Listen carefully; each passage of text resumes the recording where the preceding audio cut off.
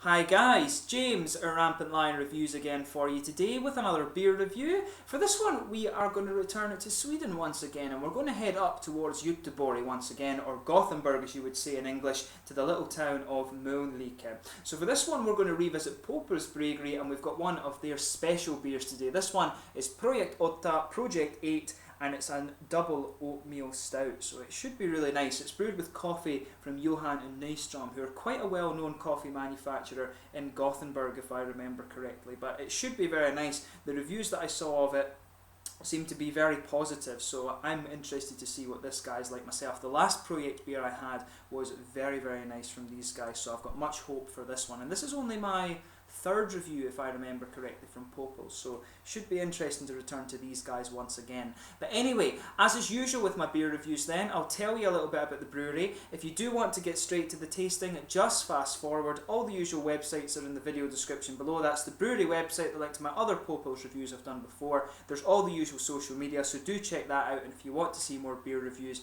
do subscribe to the channel. And as always, to those of you in Sweden, please do get in touch and let me know your other beers and breweries that you guys would like to see me review, and I do apologise in advance for any bad Swedish pronunciations in this video. So anyway, to tell you about Poppels Bryggeri, so Poppels, like I mentioned, are based in a little town called Mölnlycke, which is to the southeast of Göteborg, or Gothenburg as you would say in English. It's about 2 or 3 hours to the north of me here in Lund in Skåne.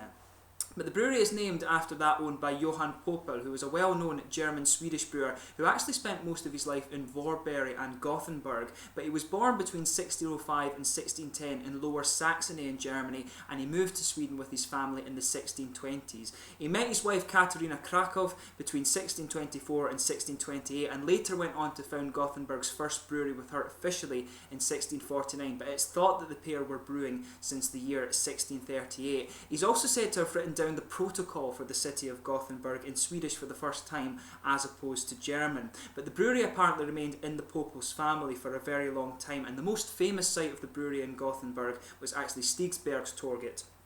And I'm not sure, but that might be related to Stigberg's brewery, who also brew in Sweden. But the current brewery, the new modern version of this brewery, was actually founded in 2012 in Mölnlycke on a site that was apparently owned by the Poppel family. So this is where they really got their inspiration from to name the brewery Poppels. But the brewery is owned by 15 beer lovers and aims to focus on the pairing of beers with food. Their current head brewer is Daniel Granat, who is a bit of an experimenter and a perfectionist, so he brews most of his beers 4 to 5 times before finally settling on a batch that can be released. And apparently he also reads many beer blogs and keeps up to date with the new beers that are coming out and the current events in the brewing world and things like that. So you've got a very educated guy brewing these beers for you, and that's probably why these Projekt beers are so good. Their normal range of beers are quite good, but really I think the Projekt ones are a kind of step above those. So if you get the chance to try some of the Projekt stuff, I really would recommend that you do that. The other one I had out of this was really good, and I'm sure this one will be no exception to that rule. But yeah, that's enough about the brewery. Just to list the other beers you can get from these guys. In their core range,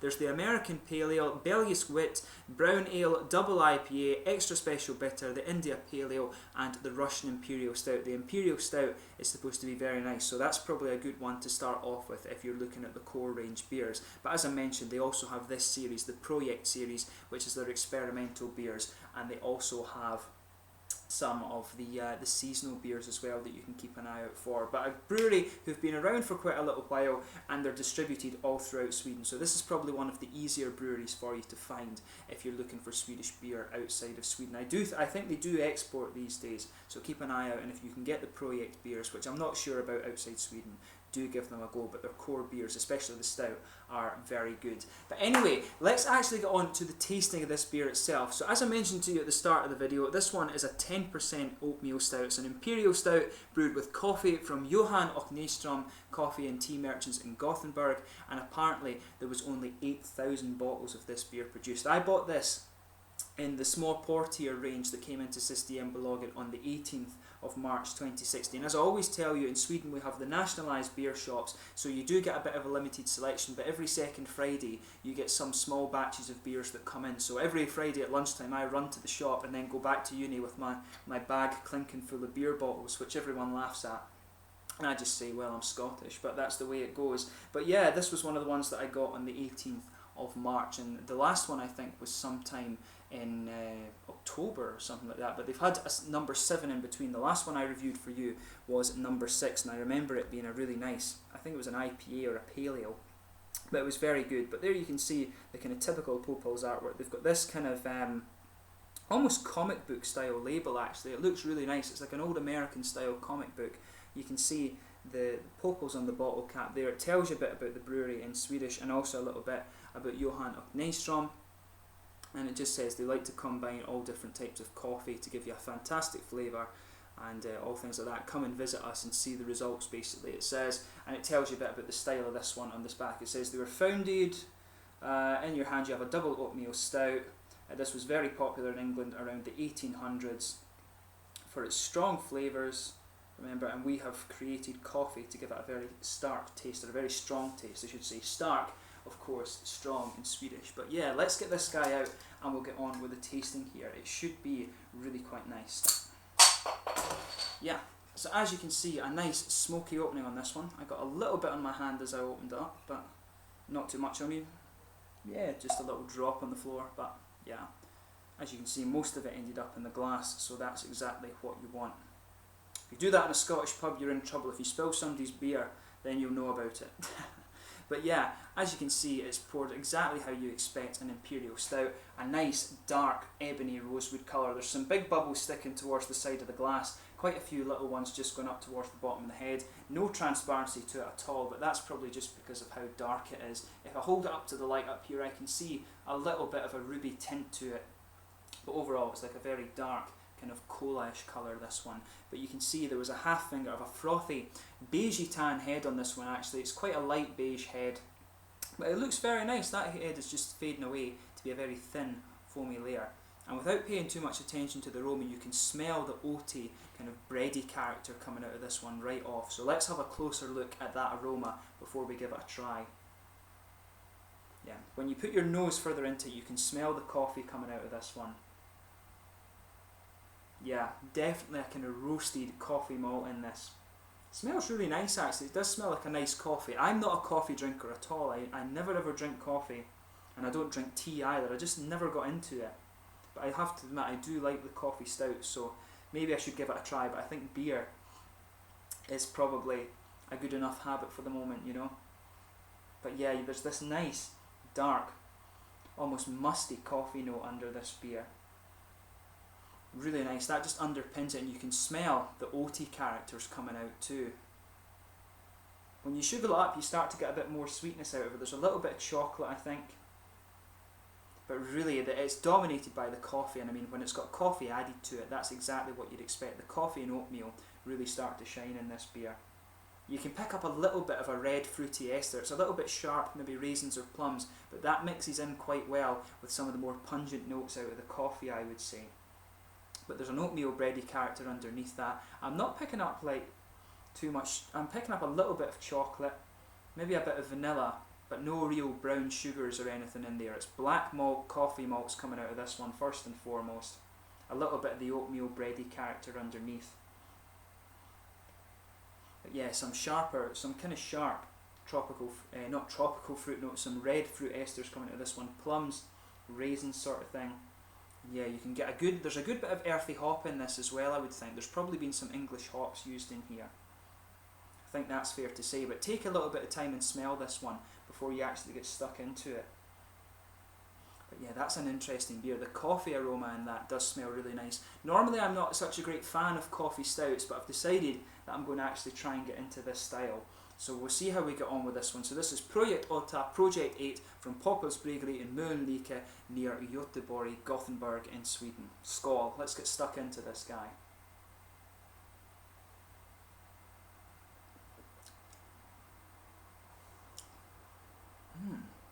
Now I tell you, first taste of that, it's a hell of a lot sweeter than you expect. That is a hell of a lot sweeter than I was expecting it to be, especially with such a pungent coffee aroma. It's actually really nicely blended together, this one.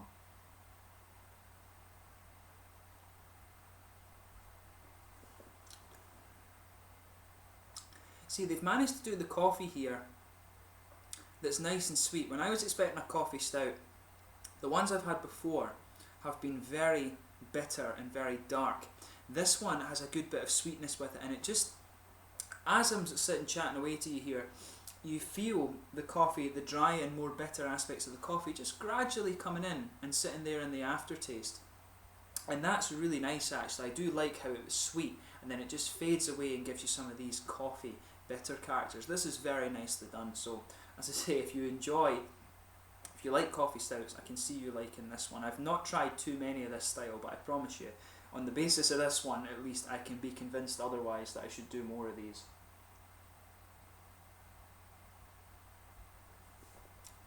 But that's a good beer. There's no question about that. 10% as well.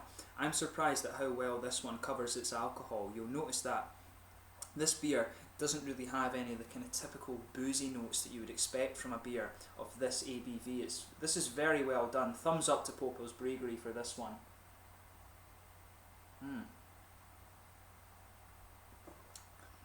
That's really nice. So yeah, the middle of your palate's just blanketed with this almost rye bread flavour. There's a really nice sweet, almost German rye bread that goes across the middle of your tongue. You can feel the oatmeal kind of porridgey flavours on top of that. That gives it a good bit of sweetness. In the middle of the palate, it almost has a bit of a kind of sweet caramel flavour to it, but I think that's more the kind of oatmeal-y, porridgey flavours coming out. You can feel it right in the middle of your tongue. Some of the sweet chocolates mixing in there as well, and you can feel from that sweet centre, as you move further out, you start to get more of the kind of darker, coffee-ish flavours in this beer coming out. This is very well blended together, so I would recommend that you try it for yourselves and just take in all of these flavours. This is very nicely done.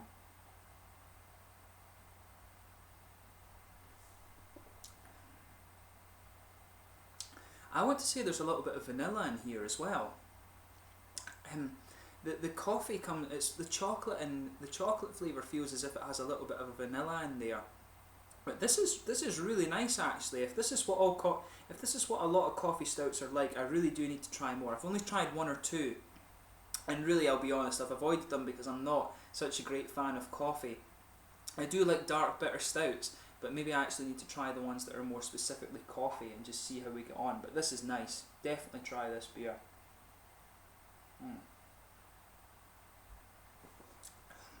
On the hoppy side of things, this one's what you would expect. This beer for me is more focused on the malt, definitely. But around the sides of the palate there is a smooth earthy character. As you come further around the front of the palate, there is a little bit more dryness to it, but overall the flavour of the hops in this beer is predominantly earthy. If you go behind that front curve of the tongue, you get a nice juicy bubble there, and it's some sharper raisins and plums, I think, that are coming out of this one, and that blends together very well with the chocolate and the vanilla in this beer, and also a bit of the sweet kind of porridgey oatmeal. There's a really good blend of flavours in this one, so really give it a go. This is a very, very nice beer, and Poppels, as I say, with this Projekt series, they really don't disappoint.